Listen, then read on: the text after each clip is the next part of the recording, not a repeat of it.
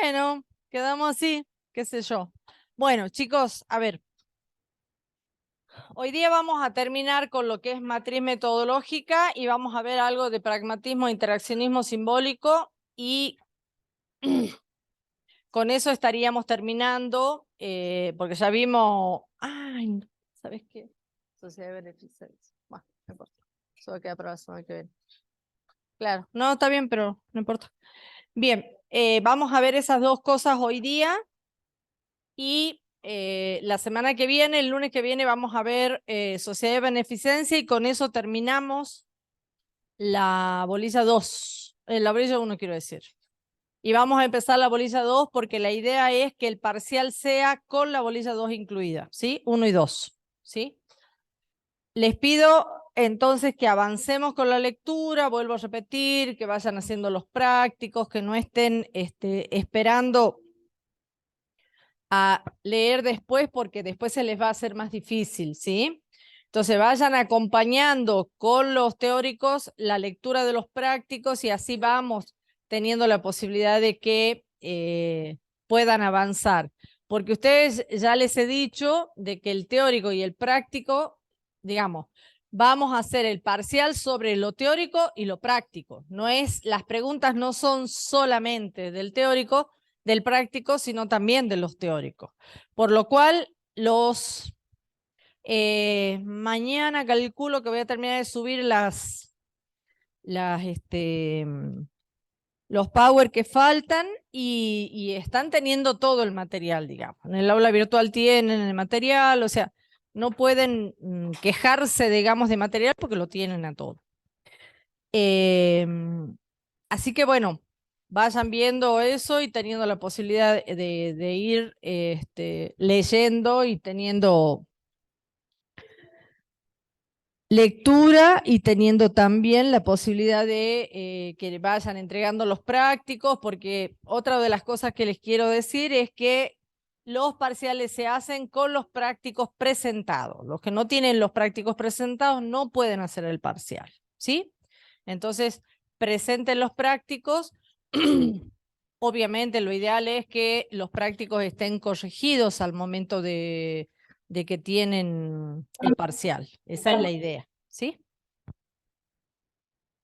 Debe ser alguien que está intentando comunicarse o ingresar, no sé.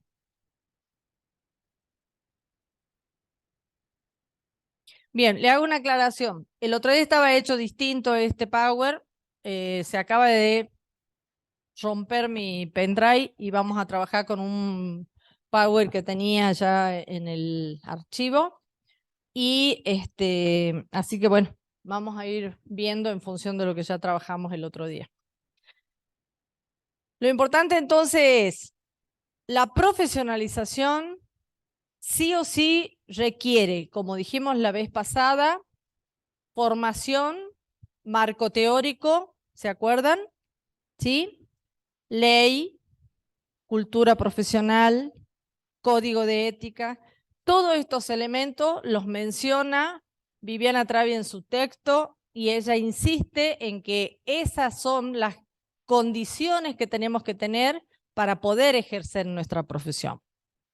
Entonces, a la vez, obviamente, esta matriz metodológica nos viene de Mary Richmond y ella es la que nos ofrece la posibilidad de nuestra primera propuesta científica. Entonces, sí o sí, como dijimos los otros días, empezamos avanzando con la matriz, pero sí es importante que tengan en cuenta lo que charlamos el otro día, porque no es solamente que pensemos que Mary Richmond nos dejó antecedentes importantes, sino que ella básicamente va a insistir, y todas y cada una de las pioneras que vimos hasta el momento van a insistir que el único modelo posible para ejercer la libertad es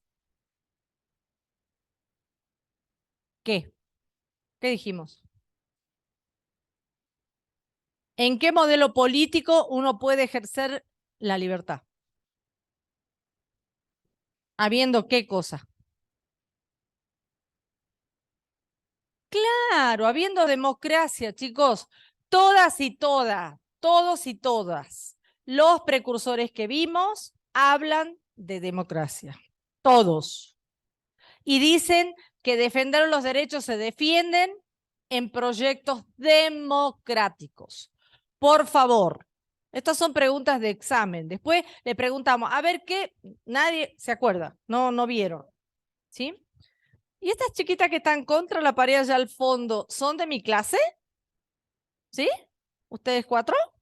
¿Y por qué están sentadas ahí si pueden sentarse más adelante? Para que no las mire, para que no les pregunte nada. No les voy a preguntar nada, no sean problema, vengan más adelante. Bueno, no me quieren ni ver, ¿viste? Están allá al fondo, al fondo, al fondo. Bueno, listo. ¿Está esto? ¿Está claro? Bien. Pásame el siguiente. Ahí te voy a ir diciendo.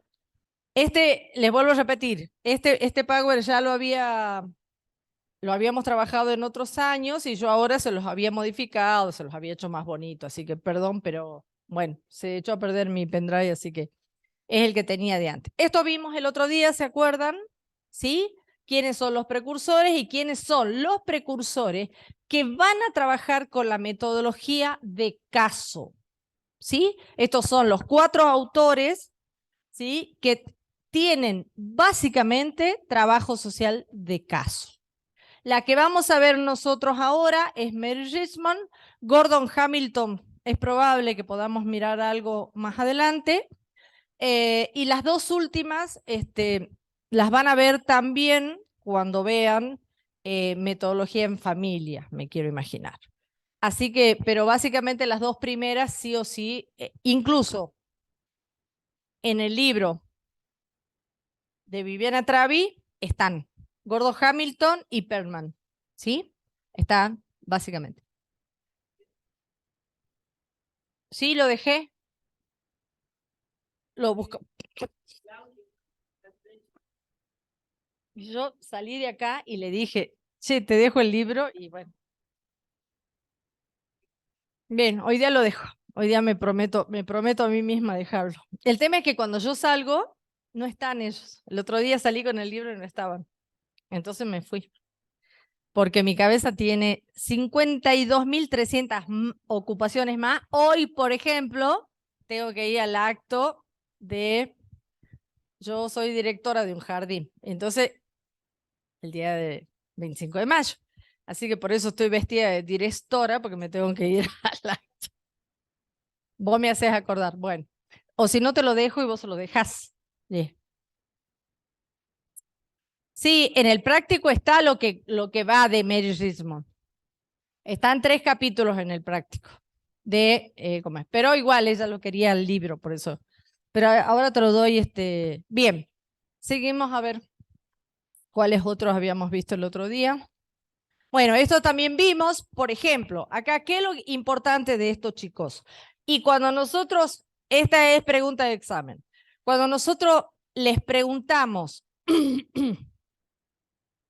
cuál es la fecha fundacional de la disciplina, es 1917, porque en ese momento se publica el libro de diagnóstico social, que es la primera propuesta científica que hace Mary Richmond, ¿sí? Repito, pregunta de examen. ¿Cuándo es el año fundacional de nuestra disciplina? 1917. ¿Estamos? Después nos va a decir, no, la profe no lo dijo. Mire que está quedando grabado, ¿no? Después nos va a decir, no, mentira, no ha dicho nada. Bueno. Y allí es donde ella dice que somos visitadoras y que los ciudadanos van a ser llamados, ¿cómo? Ahí dice, como clientes. ¿Sí? Sí. Bien. Acá está de alguna manera desarrollada parte de lo que es el libro. ¿Sí? Ella dice que tiene como 2 instancias nuestra disciplina. Por tratarse y por venir de esta corriente del pensamiento o de esta corriente de la ciencia social en su momento, que era paramédica y parajurídica, al ser paramédica, nosotros adquirimos estas 3 condiciones que tienen normalmente los médicos, que es estudio, diagnóstico y tratamiento. Otra pregunta de examen. ¿Cuáles son los 3 momentos que se plantean dentro de la paramédica y la parajurídica y que tiene y la propone de alguna manera Mary-Rismond? Es estos 3 pasos. Cualquier situación familiar va a ser atendida y asistida desde estos 3 momentos. 3 instancias en las que primero hacemos el estudio, hacemos el diagnóstico y proponemos el tratamiento. ¿Qué es lo importante de esto, chicos? Que nosotros, hasta avanzada la década del 50, 1950, desde 1917, seguimos utilizando estos 3 momentos en la disciplina para hacer caso y para hacer grupo. En ambos casos se trabaja con estos 3 momentos. Estudio, diagnóstico y tratamiento. Por eso a este primer momento le llamamos paramédico o parajurídica o casuística, ¿sí? Este trabajo social de caso va a tener esta primera instancia como metodología clásica, el caso, el grupo y la comunidad. Nosotros vamos a ver ahora caso, grupo y comunidad lo van a ver ustedes después también, pero vamos a ver un cuadro donde resume de alguna manera estos momentos. Pero este forma parte entonces. ¿Cuál es la metodología de Mary-Rismond? Es el trabajo social tradicional, la clásica, tradicional o clásico. Lo vamos a ver en el cuadro de Torres Díaz. Y los 3 momentos importantes: estudio, diagnóstico y tratamiento.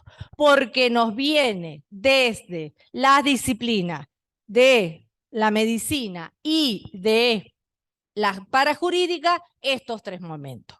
¿Por qué decimos que Mary-Rismond plantea estudio?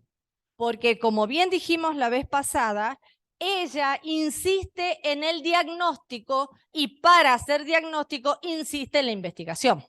Ella dice, tenemos que investigar. En eso se hacen las visitas, por eso ella en ese momento inicia ese proceso diciendo que somos visitadoras. Se hace la visita, se hace el estudio y ella siempre va a insistir con que no se estudia solamente a la familia, sino a su entorno. ¿Sí? Dale.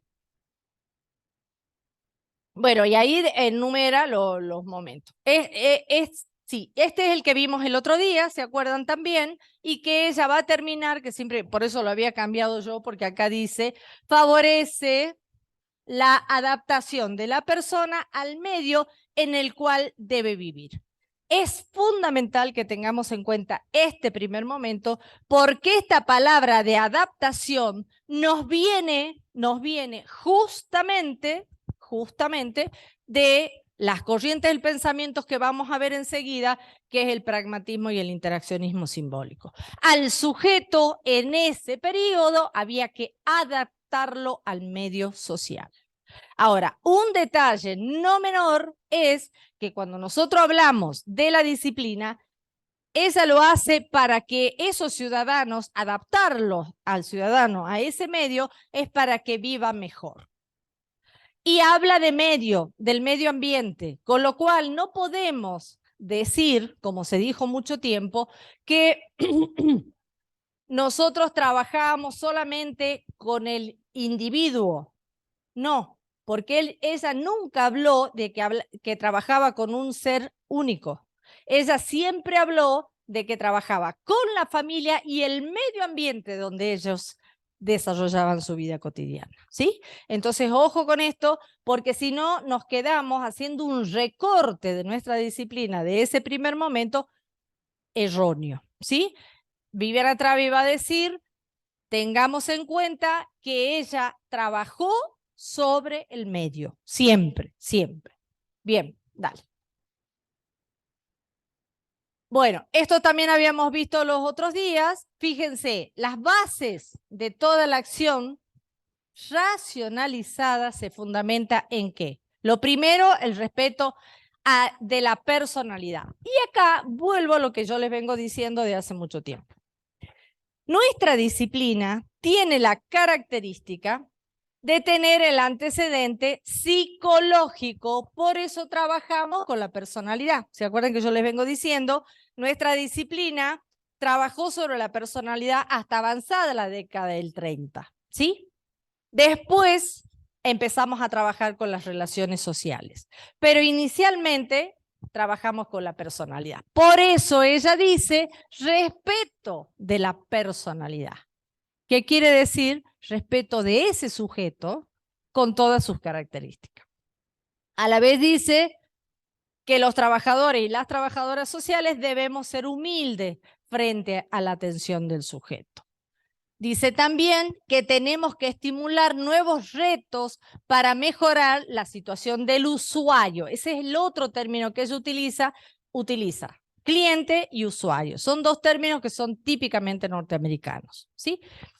Cuando ella dice estimular nuevos retos, lo que está diciendo específicamente es que los y las trabajadoras sociales de ese momento, que se llamaban asistentes sociales, dicho sea de paso, debíamos pensar en estimular en el sujeto todas sus aptitudes y sus capacidades para que ellos puedan resolver su situación.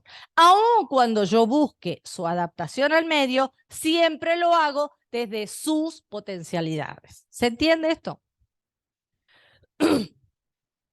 Obviamente, y en esto vuelvo a lo que decía hace rato, dice participación de todos. Por eso es que yo insisto en que ella no trabajó con un solo ciudadano. No hizo, como alguna vez se tradujo el libro de ella, caso social individual. No, es caso social. ¿Está? Y dice la participación de todos aquellos recursos disponibles, porque yo también voy a ver no solo quiénes son los ciudadanos que rodean a este sujeto, sino también los recursos disponibles que hay en el medio donde ese sujeto vive. Eso quiere decir comedores, diríamos hoy, ¿no? Había en ese momento centros que podían brindar atención, había el hospital, había actividades de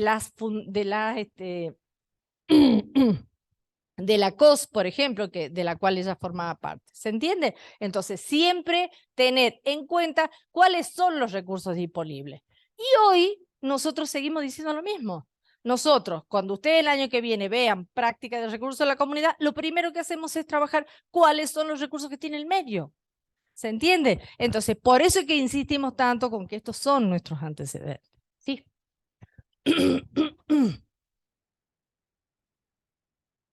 Bien.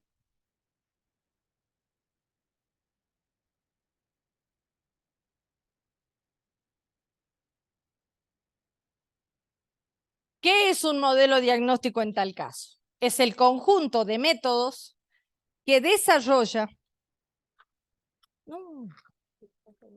Ah, gracias.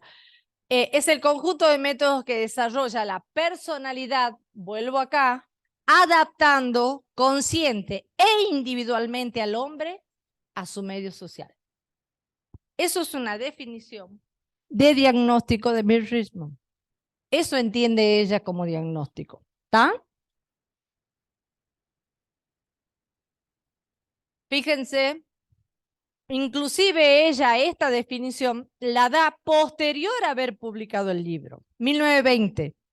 Ella publica el libro en 1917 de diagnóstico social y después define de esta manera al diagnóstico. Sí. Por lo tanto, entonces dice, educar, y acá vuelvo al rol que nos asigna Mary Richmond. Ella dice que somos los trabajadores sociales y las trabajadoras sociales, somos educadores sociales. Fíjense, educar, o sea, desarrollo de la personalidad a través de ¿qué? De un programa de participación en el que le permita al cliente compartir con el trabajador social la responsabilidad y las decisiones a tomar en forma democrática. Vuelvo con lo que dije antes. Basada en la libertad para su adaptación consciente al medio. ¿En qué momento ella está diciendo que trabajamos con una sola persona? No. ¿En qué momento ella está diciendo de que hay que aislarlo al sujeto? En ningún momento. Está diciendo que hay que adaptarlo al medio, porque en ese momento se hacía eso, pero nunca dice que tenga que ser solo, ¿está? Y nunca dice que hay que retirarlo tampoco, ¿no? Que hay que internarlo, por ejemplo. Sí. Bueno, ¿cuáles son los principios con los que vamos a trabajar? Dice que vamos a hacer intervenciones en situaciones interpersonales, es decir, la persona puede ser sujeto y objeto de su propio desarrollo, por lo que se espera, toma algunas iniciativas para salir de la situación. ¿Qué es importante que tengan en cuenta de esto? Ella nunca dijo de que nosotros somos responsables de que el sujeto cambie su historia. Acá lo está diciendo. Es él, potenciando sus habilidades y sus capacidades, acompañada por el trabajador social, va a realizar su propio cambio. ¿Está? ¿Me siguen? ¿Sí? Por lo tanto, dice que el descubrimiento del hombre como poseedor de su dignidad es básico para el trabajo social, porque él es dueño de su propia realidad. Y nosotros respetar esa dignidad, ¿sí? Allí descubrimos al hombre respetando su dignidad, ¿está?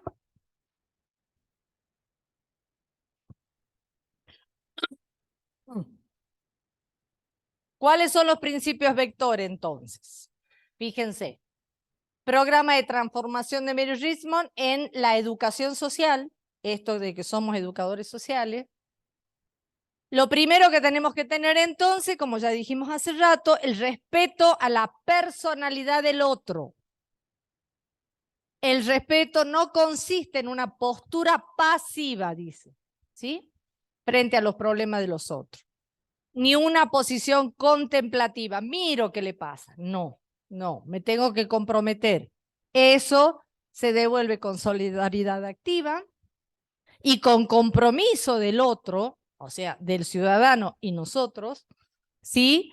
Sea un individuo, y fíjense esto, sea un individuo, una familia, un grupo o un sector social.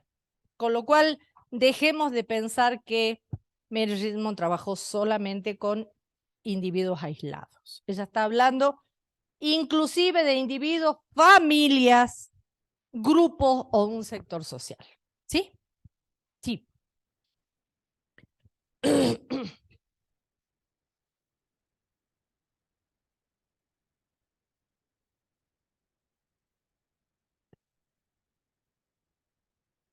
¿Cuáles son las preocupaciones que tenía ella en ese momento? Dice que el trabajador social profesional, a pasar de las asociaciones sociales de ese entonces a la órbita estatal, ella estaba preocupada porque el temor a una consciente burocratización y politización del mismo, que lo vamos a ver en el cuadro, espero tenerlo en este porque no me acuerdo, y el riesgo de que se pudiera poner al servicio de los intereses de los partidos políticos dominantes los recursos disponibles que había para los y las ciudadanas. Esto era una preocupación de ella. Ella decía, entiendo que para que se preste una buena asistencia a los clientes, lo primero que tenemos que dejar de hacer es burocratizar la actividad, burocratizar la asistencia. ¿Qué quiere decir cuando habla de burocratizar? Los y la ciudadana, históricamente, para recibir cualquier beneficio, presente la notita, traiga el documento, venga, que no sé qué, que vaya, como para plantar el arbolito. 10.000 trámites para que te den un bolsón de mercadería, ¿sí? Para que te den la obra social, para que todo el tiempo es así. Entonces, no porque la nota la tiene la señorita que hoy día no vino, porque no, porque, bueno, así, todo el tiempo. Entonces, esto es burocratizar la acción social, es dejar paralizada y paralizado el trámite de cualquier ciudadano en busca de que pase para el otro, que pase para el otro, que yo no soy la responsable, que alguien tiene que firmar, ¿no? Y ella, la otra preocupación era esto, que no tiene nada más y nada menos que ver con lo que pasó el día de las elecciones, que a la vuelta de donde se votaba entregaban un bolsón de mercadería. ¿Se entiende? Entonces ya en el siglo XIX, principio del XX, estaba esta preocupación. ¿En quién? En los y las trabajadoras sociales de ese momento. ¿Por qué no vamos a seguir haciendo demandas en este sentido? ¿Por qué hoy no vamos a seguir pensando que sigue pasando? Y que estas dos cosas son cosas con las que los y las trabajadoras sociales nos enfrentamos cotidianamente. Siempre. Es que no vino, que no pasó el papel, que no vino el que firma, que no sé qué, que no sé qué. Ah, no, porque la bolsa de mercadería es para los que tienen 7 hijos, no para los que tienen 2. Bueno, esto históricamente, ¿sí? Porque la mamá que tiene 2 no tiene que comer, ¿sabes? La que tiene 7 tienen que comer, la que tiene 2 no, no importa, que no coma. Bueno, ustedes dirán, qué exagerada que la profe, pero es así, ¿sí? ¿Eh? Es la realidad, es la realidad. Así cotidianamente pasa. No, acuérdense cuando salieron el plan de jefe y jefe. ¿Mm? Había que expulgarles, buscar el pelo al huevo para poder hacer entrar un ciudadano para que cobre un plan. Con el potencial lo mismo. Todos los días están buscándole, ah, no, porque lo que pasa es que no va, ah, no, porque no cargó bien el documento, ah, no, con la asignación universal ni les digo, ¿no? Ah, no, porque es que hay contrapartida, porque vos tienes que presentar todos los meses o cada 2 meses las prestaciones de tus hijos y qué sé yo, me parece genial, porque es una manera. Y eso también indica, y acá fíjense qué importante que es, indica que el rol de maternar está acompañado por el Estado, porque eso, que usted tenga que ir a controlar a sus hijos, tiene que ver con que el Estado se está haciendo cargo de una parte de la responsabilidad de maternar de las mujeres y de los hombres, lastimosamente siempre de las mujeres, ¿no? O en el 90% de los casos. Porque normalmente son las mamás las que se hacen cargo de llevarlo al niño que lo controle, de llevarlo a la escuela, de sacar el papelito, de hacerlo firmar. Yo hace 20 años que firmo estos papeles. En estos 20 años creo que han ido 3 hombres a firmar el papel. Las demás de las veces solamente la mujer. ¿Por qué digo firmar?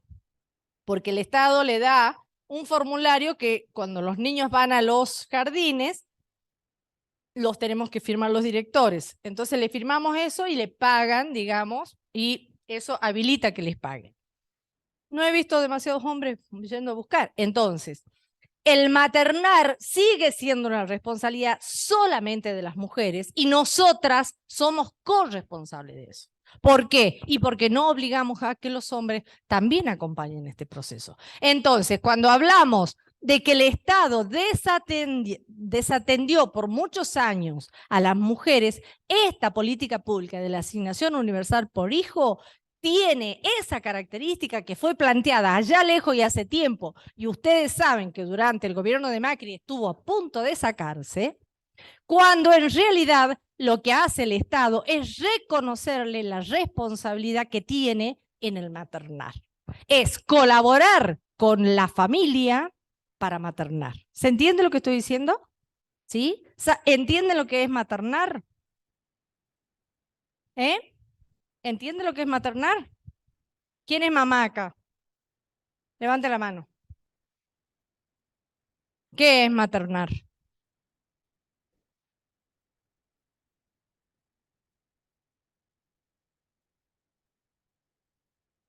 ¿Ah?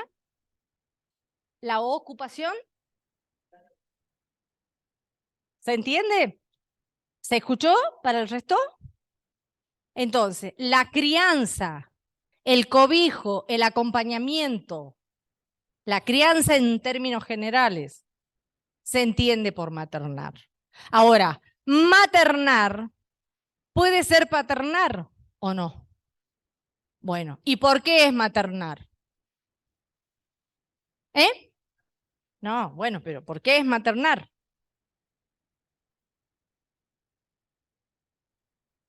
Exactamente, porque así está visto en la sociedad y la sociedad nos devolvió la responsabilidad única a las mujeres. Y nosotras nos hicimos cargo de contenta que somos, ¿no? Nada más. De sumisas que somos. Gracias. ¿Sí? ¿Se entiende lo que digo? Y porque nos hace cargo de que nosotros nos tenemos que cuidar a los chicos. La cultura obligó a las mujeres a hacerse cargo. Cuando veamos la sociedad de beneficencia, vuelvo sobre esto, nos obligó a que somos las únicas responsables. Es más, fíjense, o sea, ustedes dirán que me estoy yendo del tema. No me estoy yendo del tema para nada. La idea es que ustedes entiendan qué es y cuál es el rol del trabajador social frente cuando ella habla de educación social. Esto hay que hablar con las mujeres todos los días.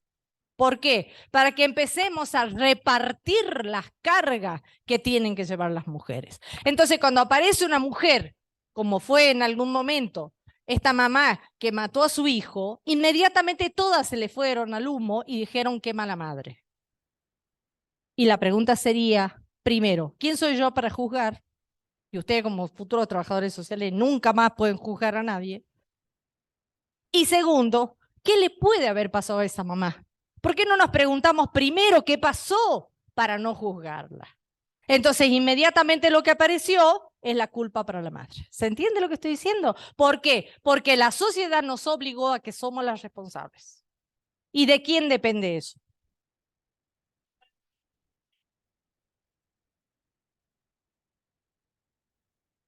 Que no lo deben haber visto todavía, ¿no? ¿Sí? ¿Ya lo vieron? En teoría del Estado. ¿Sí? ¿Vieron lo instituido y lo instituyente? Cómo la sociedad nos devuelve la responsabilidad y nosotros nos hacemos cargo. Ahí queda instituido ya que yo, madre, tengo que ser responsable, buena, amable, afable y no cansarme nunca. ¿Sí? Y entonces aparecen todos estos, a ver, ¿cómo le diría? No le vamos a usar ningún término. Todos estos ciudadanos reclamando de por qué a las mujeres le tienen que pagar una pensión por ser madre. ¿Ustedes se acuerdan de esa discusión? ¿Quién crió los hijos de esta sociedad? Las mujeres, poco los hombres, las mujeres.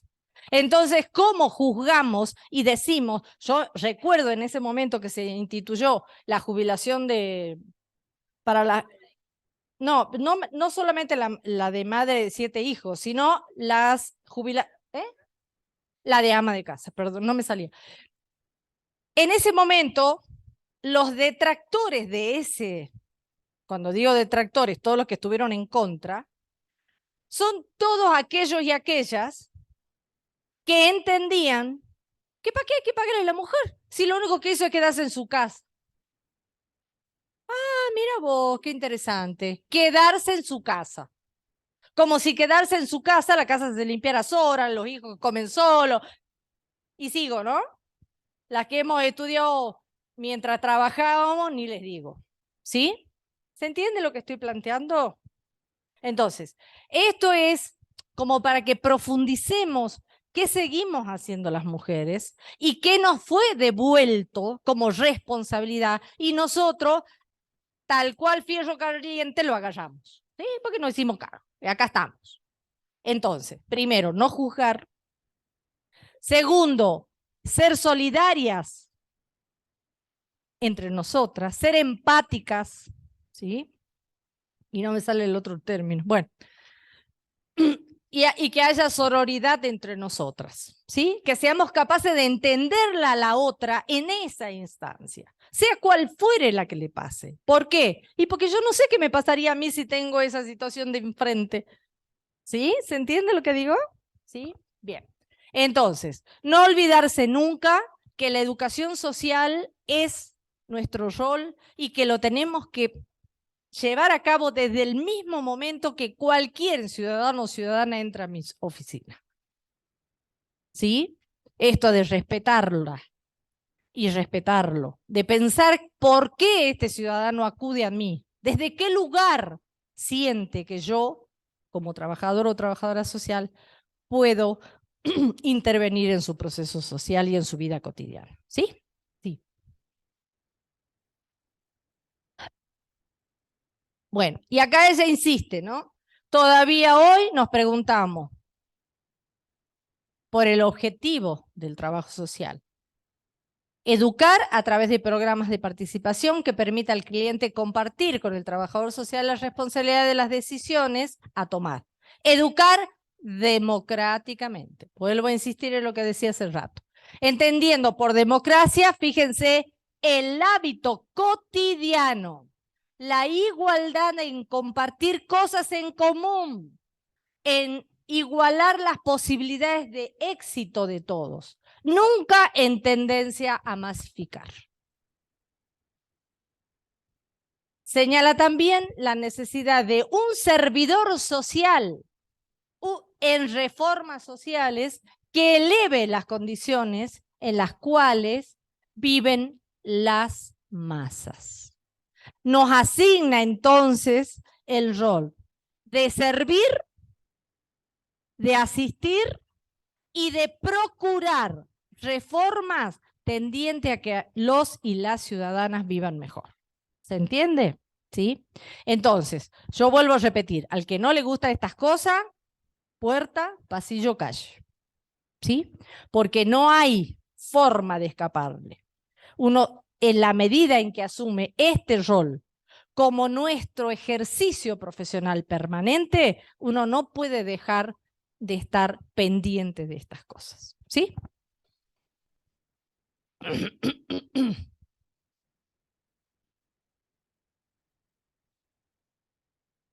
Me avisan cuando sean las 3:30, chicos, porque estoy sin teléfono, con lo cual no tengo hora.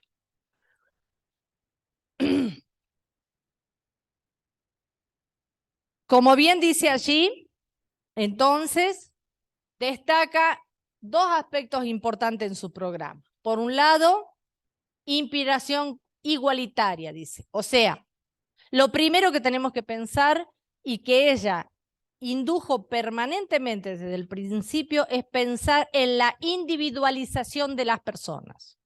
Nunca masificarlas, jamás. Siempre pensar que ese individuo tiene una vida íntegra, tenemos que trabajar con su integralidad. No podemos masificarla y ponerla. Ah, no, porque todo concepto claro y clave de muchos sectores de la derecha son todos vagos. Por eso reciben planes. Ojo con eso. Ojo con eso. ¿Sí? Porque de verdad estamos siendo sumamente injustos con las funciones que cumplimos como mujeres todo y cada día de nuestras vidas. ¿Sí? Entonces, ojo con eso.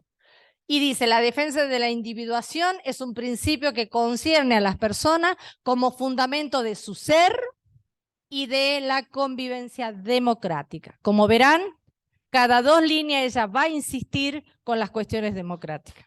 El otro día eran 2 alumnas que charlaban entre ellas todo el tiempo. Ahora ya son 3. Se la pasan charlando todo el día. ¿Me pueden contar de qué charlan así? ¿Compartimos? Digo, ¿no? Porque de verdad que después voy a preguntar algunas cosas, no van a saber ni de qué estoy hablando. Pero no importa. Desde el inicio, esa defensa de la individuación conlleva la autodeterminación. ¿Sí? ¿Qué estamos diciendo cuando hablamos de autodeterminación? Ese ciudadano o ciudadana tiene derecho a decidir qué quiere hacer.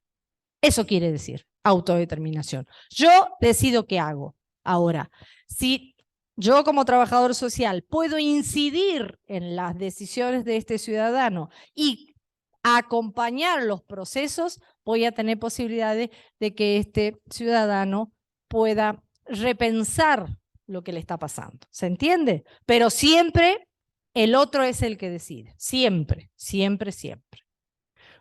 Con esto se diferencia de toda igualación en clases, ¿escuchan? Y categorías de hombres, y se acerca a la crítica del hombre masificado.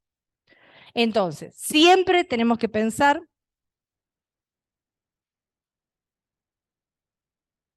que nosotros vamos a trabajar necesariamente pensando en la autodeterminación de los sujetos, pensando en que debo hacer abordajes integrales y nunca ese abordaje va a ser igual para la Juana, para la Rosa y para el Pepe. Nunca, nunca, porque cada uno de ellos, una es la Rosa, la otra es la Juana y el otro el Pepe.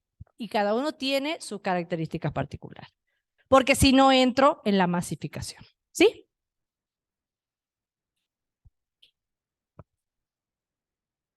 ¿El que sigue?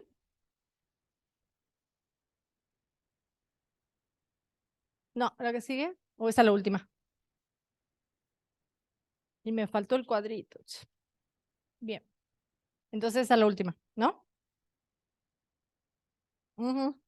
Seguí nomás entonces. Bien. Fíjense, volvemos sobre lo mismo. Todo el tiempo tenemos que trabajar con la potencialidad del sujeto. Siempre, siempre, siempre. Siendo nosotros responsables de cuidar esa potencialidad, pero a la vez potenciarlo doblemente para que él pueda ser capaz de resolver su propia situación. ¿Sí? Y dice que concibe al hombre como un ser libre. Repito la pregunta. ¿Dónde y cuándo un hombre es libre? ¿Cuándo qué? Cuando estamos en un gobierno democrático. ¿Sí? Los militares jamás nos dejaron pensar en ninguna otra cosa que no sea lo que ellos decían. Ojito con esto. ¿Sí?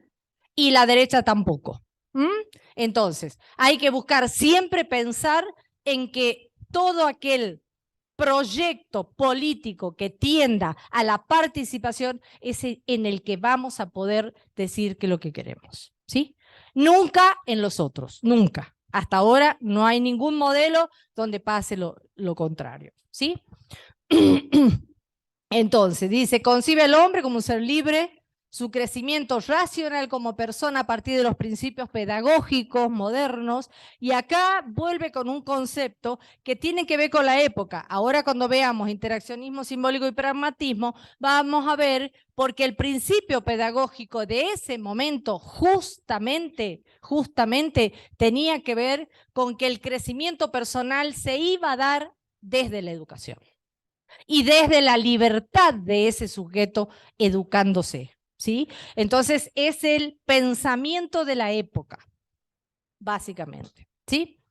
Y por eso insiste que la educación social, los únicos que podemos ser representantes de ellos somos los trabajadores sociales.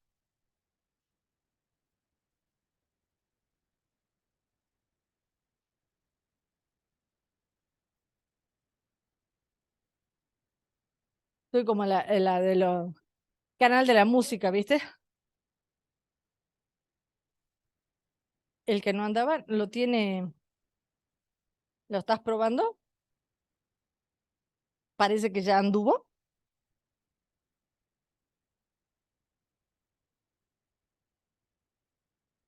¿Ah? Bien. Por lo cual ella va a plantearnos entonces que se abre un nuevo camino y ahí el surgimiento de una nueva disciplina. Ella insiste que aunque es una disciplina del cambio, es una disciplina que tiende a trabajar la racionalidad potencial de cada uno de los sujetos y a la vez va a tener en sí mismo que apelar a ese sujeto, a sus potencialidades y sobre todo a tener una nueva teoría moderna para trabajar con ese sujeto. Ya no pensar en que él es un inadaptado y lo meto en una institución. Sí se tiene que adaptar al medio, pero desde la educación, no desde la internación, como venía siendo hasta antes de esto. Ahora bien, dice la autora, comprende desde el primer momento la relación entre los cambios individuales y los cambios de la sociedad. Guay con esto. Con lo cual no podemos decir que ella pensó solamente en el caso, insisto en esto, sino pensó en que la sociedad y las estructuras donde se daba la vida social de estos sujetos tenía que cambiar para que ellos cambien, ¿sí? Porque no cambia uno por sí mismo, sino cambia inmerso en una sociedad. Esto es un cambio importantísimo en ese momento, porque hasta acá el pobre era pobre porque él quería, ¿sí? Acá ya empezamos a hablar de las estructuras, ¿sí? Y de la sociedad en sí mismo. Esta idea, dice, ordena casi todo el pensamiento, de ese servicio social tradicional.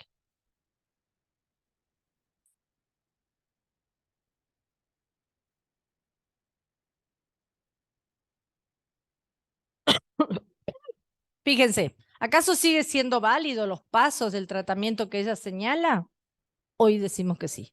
Siguen siendo válidos los tratamientos que ella propuso en ese momento, con algunos cambios, por supuesto, porque la comprensión de la individualidad y las características personales siguen siendo para nosotros importantes, la comprensión de los recursos, cómo influye el medio social, la acción directa de mente a mente sigue siendo importante para nosotros, y la acción indirecta en el medio social también. Con lo cual decimos, ella, por eso entendemos que es una precursora, por eso entendemos que propone una nueva disciplina, por eso entendemos que se da un nuevo tiempo para la disciplina, para una disciplina de las ciencias sociales, entendiendo de que todas estas cosas siguen vigentes, ¿sí?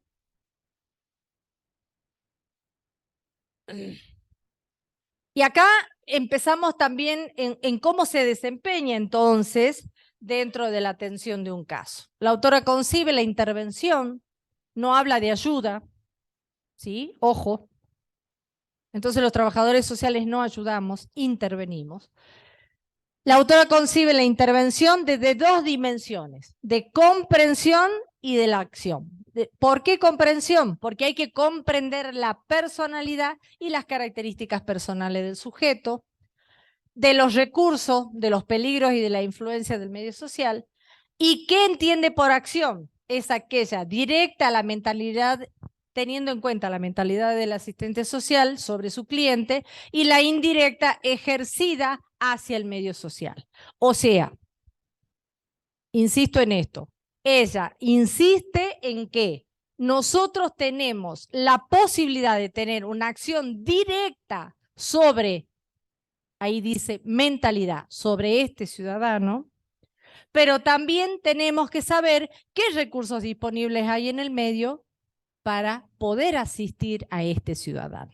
Pero desde la intervención, vuelvo a repetir, nunca desde la ayuda, porque ella no habla de ayuda en ningún lugar. Bien, por lo tanto, entonces el proceso de diagnóstico es una interpretación o intento de definición de las dificultades sociales del cliente. ¿Se logra a través de qué? Y acá empezamos con el proceso metodológico específicamente. Entrevista con el cliente-paciente. Acá aparece el concepto de paciente porque no nos olvidemos que ella tiene una relación directa con la salud. Contacto con familias y con otras fuentes. Recopilación de otras informaciones. Y una variación en el proceso a medida que vamos encontrando la información para esto. Los principales pasos de la metodología son los siguientes. Estos son lo que ella propone en el libro del diagnóstico social y dice, lo primero que tenemos que tener es la evidencia social. ¿Qué sería la evidencia real? El hecho que se presenta ante nuestros sentidos y es la base de nuestra inferencia. Yo voy a inferir qué le pasa al otro, voy a pensar qué le pasa al otro. La evidencia testimonial que incluye a otras personas, o sea, esto que busco a los vecinos, a la familia. La evidencia circunstancial, la que no está incluida en las anteriores y puede ser todo lo que tiene que ver con la documentación. ¿Sí? Cuando ella habla de encuesta, entonces, de estudio, quiero decir, va a tener que ver con este proceso del que yo les decía hace rato. Ella insiste en que hay que hacer encuesta y que hay que hacer investigación. En este sentido, obviamente ella va a hablar de la recolección de datos, ¿sí? Y va a tratar de tener todos los datos posibles de ese individuo para después recién poder hacer un diagnóstico. ¿Y ese diagnóstico en qué consiste? En la interpretación de esos estudios experimentales, de estos datos que hemos recogido, y desde el que ella va a lograr interpretar, comprender a ese individuo, a esa individualidad y sus características personales, así como los recursos que están disponibles, ¿sí? Y los peligros que puede llegar a tener el medio sobre la situación que tiene este sujeto. Sobre todo teniendo en cuenta que ella trabajó mucho con niños, ¿sí? O sea, ella asistió mucho a muchos niños y siempre estaba pensando en qué cosas podía haber en el medio que perjudicaran la vida social de ese sujeto, de ese individuo, de ese niño básicamente, ¿no? Por lo tanto, hace descripción, registro, cuantificación y clasificación. ¿Qué es importante de esto, chicos y chicas? Esto es un proceso que ella lo hizo muy minuciosamente y que hoy existe registro de esto todavía. Hoy todavía hay un centro de donde yo les contaba la vez pasada que Viviana Travi ha tenido la posibilidad de ir a conocerlo, donde están las fichas de cada uno de los sujetos que ella atendía, donde después ella con ese insumo, con esa cantidad de datos, ella escribe por un lado el diagnóstico social y después el caso social. ¿Sí? Ella escribe 2 libros muy importantes que son estos 2, ¿no? ¿Y de dónde saca la información? De todos los registros que ella ha realizado en el transcurso de su ejercicio profesional. ¿Qué es lo importante de esto? Que ustedes piensen que cuando vayan a ejercer su profesión, no se olviden de registrar. El registro es muy importante. Y se lo dice a alguien que no lo hizo bien, pero que tiene una memoria prodigiosa y se acuerda un montón de cosas, pero no tengo demasiados registros. Y me ha costado mucho, a pesar de que muchos de los docentes que hemos tenido insistían en esto.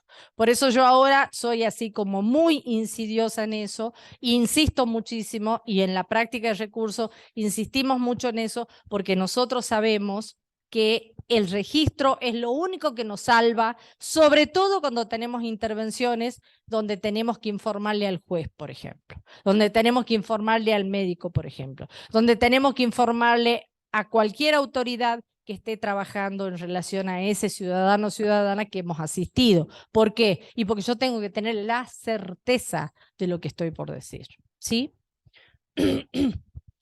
Y el último, perdonante, el último entonces el tratamiento donde se hace identificación de pasos a seguir para solucionar el problema que tiene este individuo. Sí, ahora sí. Bueno, acá está el proceso metodológico, fíjense.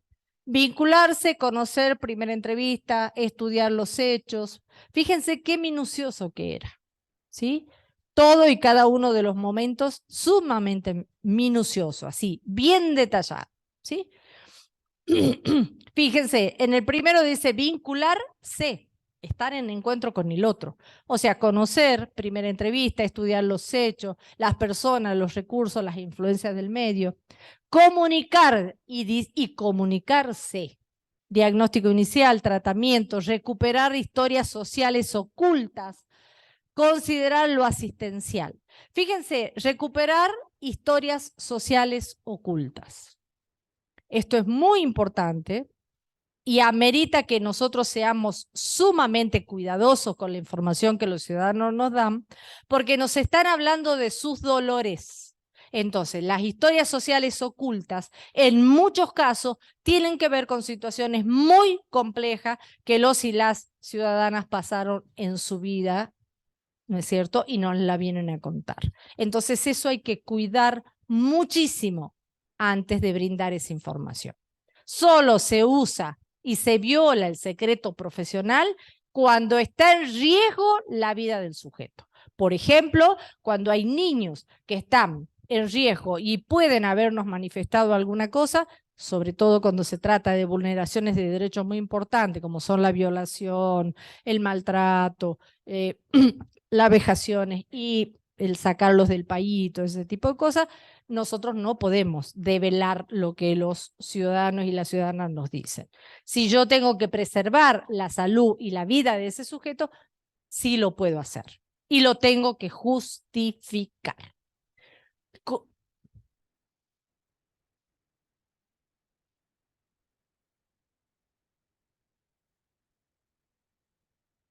Tal cual. Sí.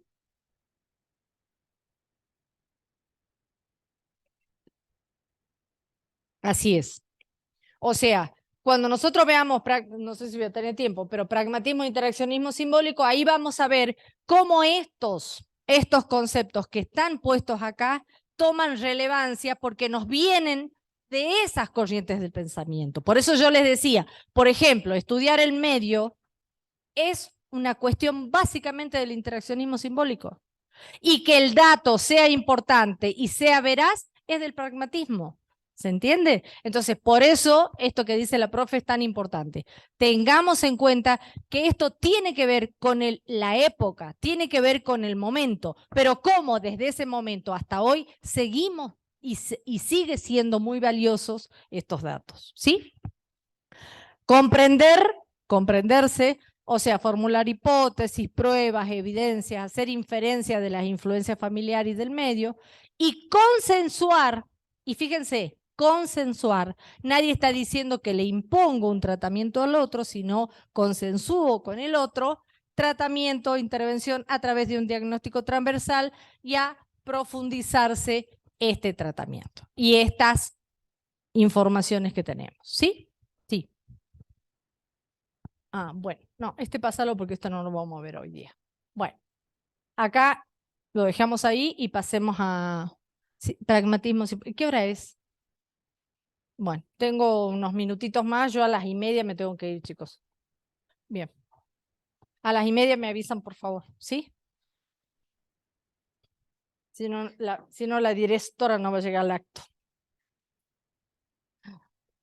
Me van a estar esperando a mis niñitos ahí vestiditos para bailar. Candombe, qué sé yo, todas esas cosas. Bien. Interaccionismo simbólico. Dos corrientes del pensamiento vamos a ver después el pragmatismo, debería haber sido al revés, pero no importa. Lo primero que tenemos que tener en cuenta cuando hablamos de interaccionismo simbólico es pensar qué quiere decir interacción. ¿Sí? Y fíjense, acá volvemos a lo que veníamos diciendo de Mary Read. Interacción es un proceso de relacionarse a base de comportamiento con las demás personas. Interaccionismo simbólico se refiere entonces a un proceso en el cual los humanos interactúan con símbolos para construir significados. ¿Sí?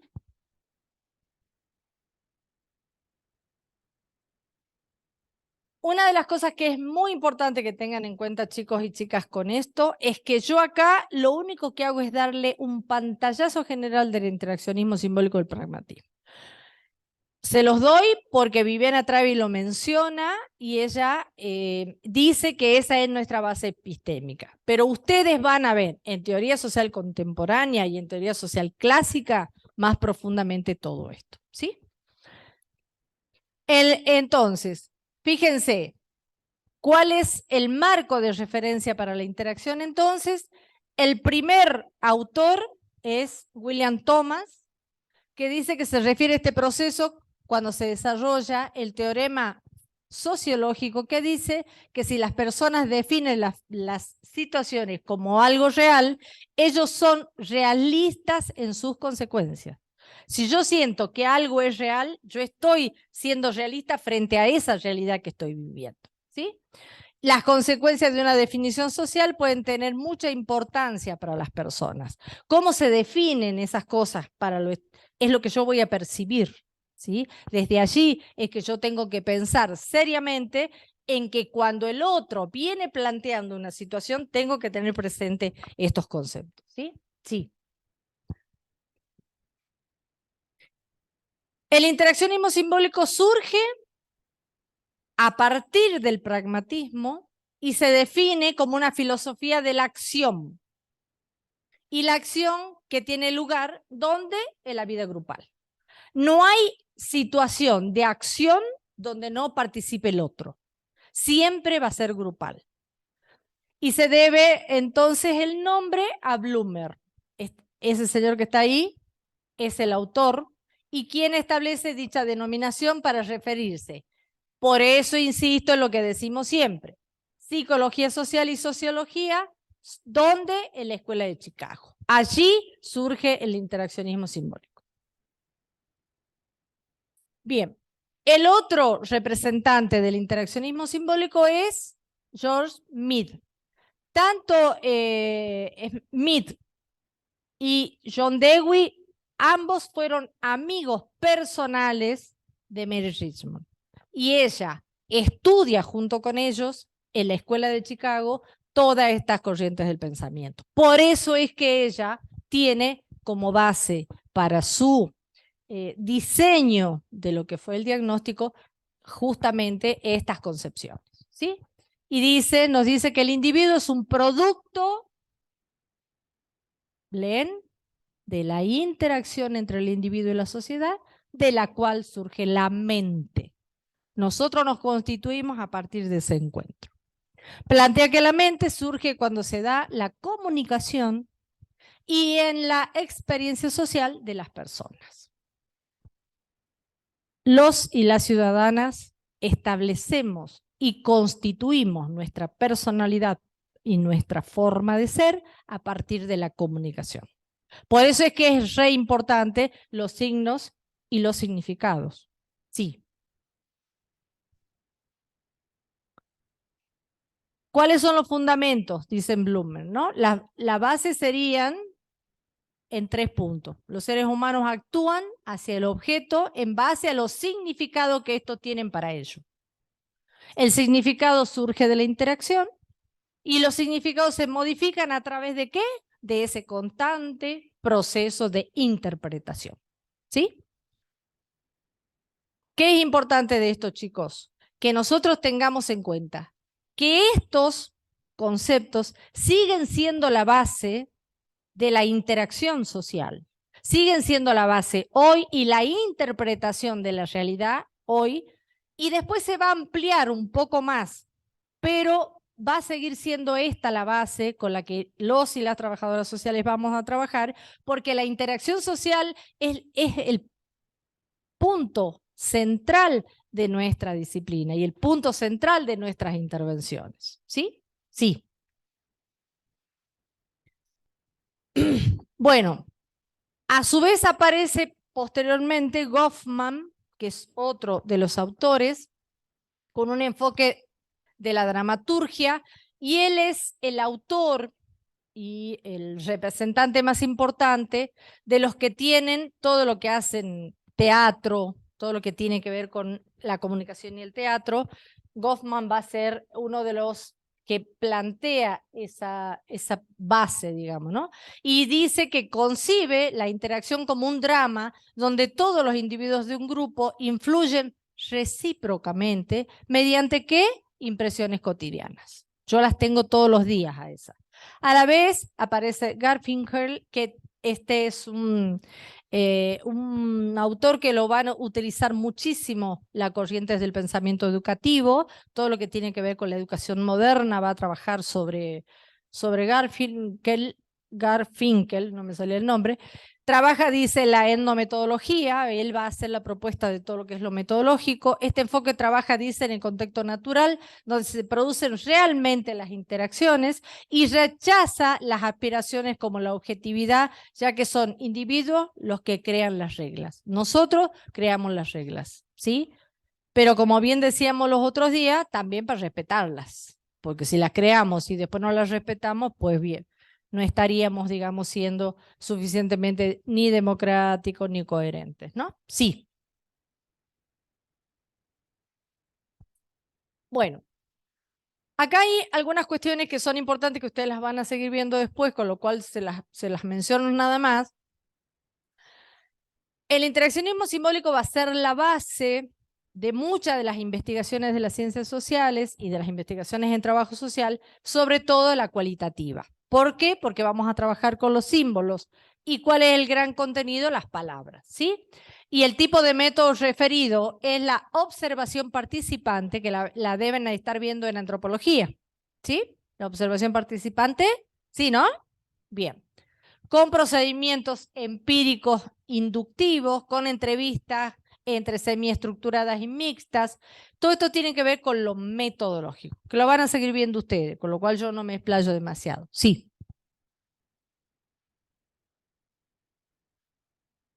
Y estas son las cosas que nos deja el interaccionismo simbólico como muy importante. Los símbolos.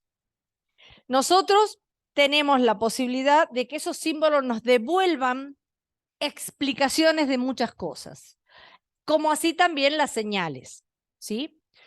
Es muy importante que pensemos que para los y las ciudadanas estos símbolos tienen connotaciones particulares. Si yo estoy en disputa con alguien y le hago así, ¿qué estoy diciendo? Que lo va a cortar la cabeza, ¿no es cierto? Que lo voy a matar. ¿Entienden todos? Sí, entendemos todo. Porque es una señal que habla de algo que ya está comprendido por la sociedad que es así. ¿Se entiende? Por eso insistimos que los símbolos y las señales son tan importantes. Si nosotros vemos la primera que está ahí, entendemos, si vemos la segunda, si vemos la tercera, si vemos el yin y el yang, ¿sí? La esvástica, bueno, los distintos símbolos. Y abajo, no estacionar acá, aunque estacionemos igual, ¿no? Las rampas igual las usamos para que ustedes se den cuenta cómo hemos alterado el orden social, porque no respetamos las señales. Y las señales nos devuelven información. Entonces, si yo tengo una rampa, quiere decir que yo puedo pasar por ella. Viene un ciudadano que tiene poco acá arriba y usa la rampa y se estaciona. No estoy entendiendo las señales que la sociedad me está proporcionando. Vamos por esta calle en este sentido. Vas caminando para allá y viene uno en contramano. No tenés cómo salvarte, te van a llevar puesto seguro. Bueno, ¿por qué? Porque nos hemos acostumbrado a saltear estos órdenes. Entonces, por eso es muy importante que tengamos en cuenta los símbolos y las señales, ¿sí?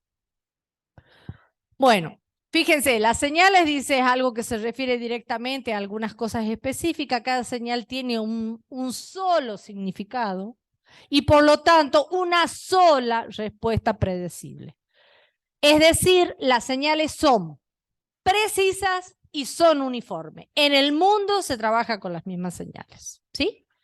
O sea que hay un código universal que nos dice cómo son las cosas y las tenemos que respetar desde ese lugar, sí. Y los símbolos son abstractos y son usados para referir el mundo de cada persona y su percepción de las experiencias propias. Pero por eso son arbitrarias, ambiguas y abstractas, pero tienen connotaciones importantes que cuando nosotros las vemos sabemos de qué se trata. Igualmente, son abstractas, ¿sí?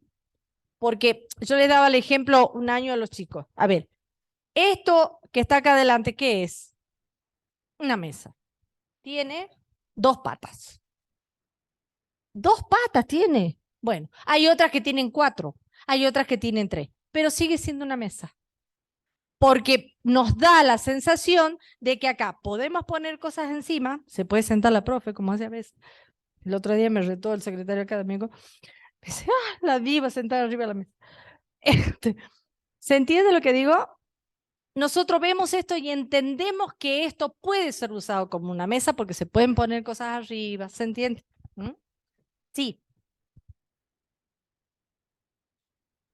Bueno, clase de símbolos. Y acá vamos viendo, miren, ¿de dónde es esto? Es el escudo de nuestra Universidad Nacional de Jujuy. ¿Sí? Voy terminando. Vamos a dejar dos o tres más y corto. Sí. Entonces los símbolos, fíjense, clases de símbolos. Dice, hay símbolos referenciales y denotativos y hay símbolos expresivos o connotativos. Tienen una connotación. La reconocemos, es nuestra, es de Jujuy, ¿se entiende? Y en aquella hay una referencia. Fíjense, ¿qué es eso?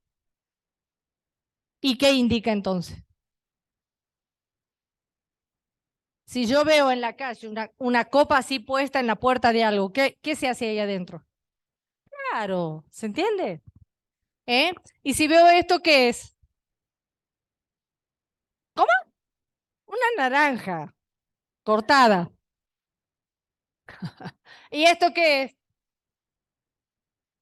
No, ya sé que una W, que me están cargando. Claro, es la indicación de algún sistema. ¿De qué tipo de sistemas? Que tienen que ver con la tecnología, ¿sí? ¿Y ese que está ahí arriba? Claro, ¿se entiende? Entonces son símbolos que los reconozco, que pueden ser abstractos, pero cuando yo los veo, los reconozco. Cuando veo la naranja puedo decir, ah, bueno, pero ahí se pueden tomar jugos, por ejemplo, ¿se entiende? Y en el otro se pueden tomar drink, como dicen los chicos ahora. Sí, sí, seguimos, por favor. Bueno, acá están cuáles son las principales raíces del interaccionismo simbólico, que en el otro videíto que les voy a subir está como más claro los nombres. Así que se los dejo, no voy a dar más explicaciones, pero la próxima lo voy a explicar desde el otro que se ve más claro. Pero las tres corrientes del pensamiento que son importantes del interaccionismo simbólico son el pragmatismo, el conductismo y el reduccionismo y sociologismo, que son tres subcorrientes dentro del interaccionismo simbólico y que van a dar las bases. Y ahí están, en el caso del conductismo, ¿escucharon la teoría de Pavlov? Bien. ¿Podés explicar qué es la teoría de Pavlov? Con tus palabras. A ver, ¿cuál es el ejemplo que dio Pavlov para explicar la conducta? El de la paloma y del perro, ¿sí? O sea, el perro, cuando yo estoy echando la comida en su lata, es un sonido que indica qué cosa, que le vamos a dar de comer. Entonces, ¿qué es lo que indica el conductismo? Que existen situaciones conductuales o situaciones particulares que hacen o que vaya a suceder determinada acción. Esa acción lleva implícito una conducta del otro, en este caso de los animales, que es la de Pavlov, porque Pavlov trabajó con animales, pero después pudo dar explicaciones de algunas conductas también de los sujetos. Por ejemplo, si escuchamos el timbre, sabemos que están llamando. ¿Se entiende? Entonces son ejemplos que tienen que ver con la vida cotidiana y que nos hablan de cómo condicionan esas situaciones nuestra conducta. ¿Sí? Un poco esto. Y llaman la atención, exactamente.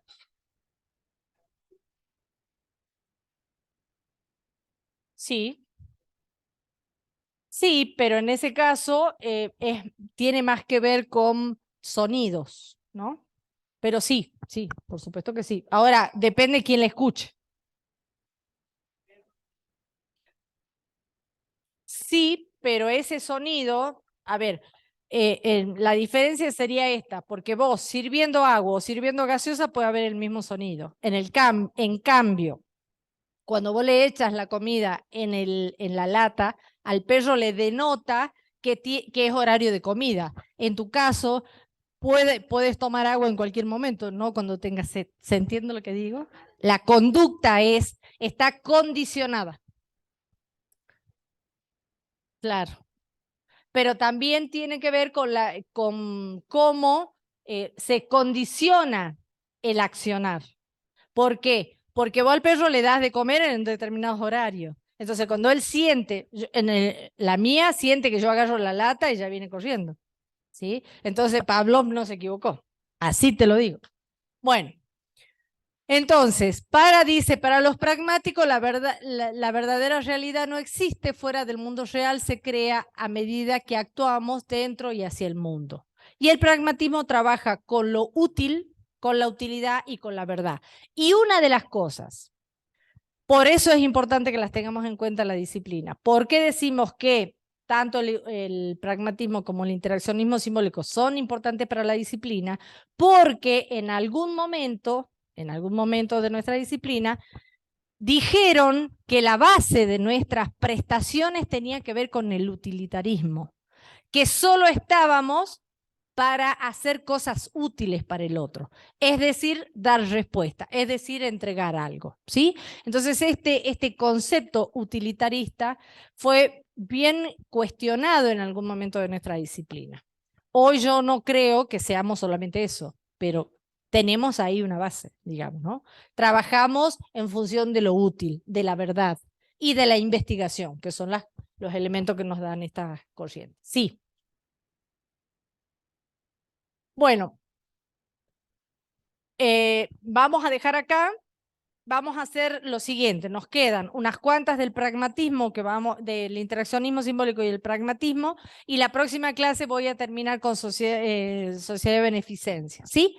Con eso estaríamos terminando entonces la bolilla 2, ¿sí? Lo dejamos aquí y gracias a José, un aplauso para José porque me sacó de la galera, me sacó la respuesta hoy día, si no, no podía dar clase. Porque todas estas cosas las sé, pero la verdad que, chicos, tengo que tener una guía por lo menos para poder ir dando clase. Bueno, sí. ¿Qué pasó? Eh. Ahora mismo se lo dejo a ella y ella se lo lleva a... Ay, tiré mis caramelitos. Al otro no lo voy a levantar. Déjaselo a Ernesto, encargáselo. Que te diga cuándo lo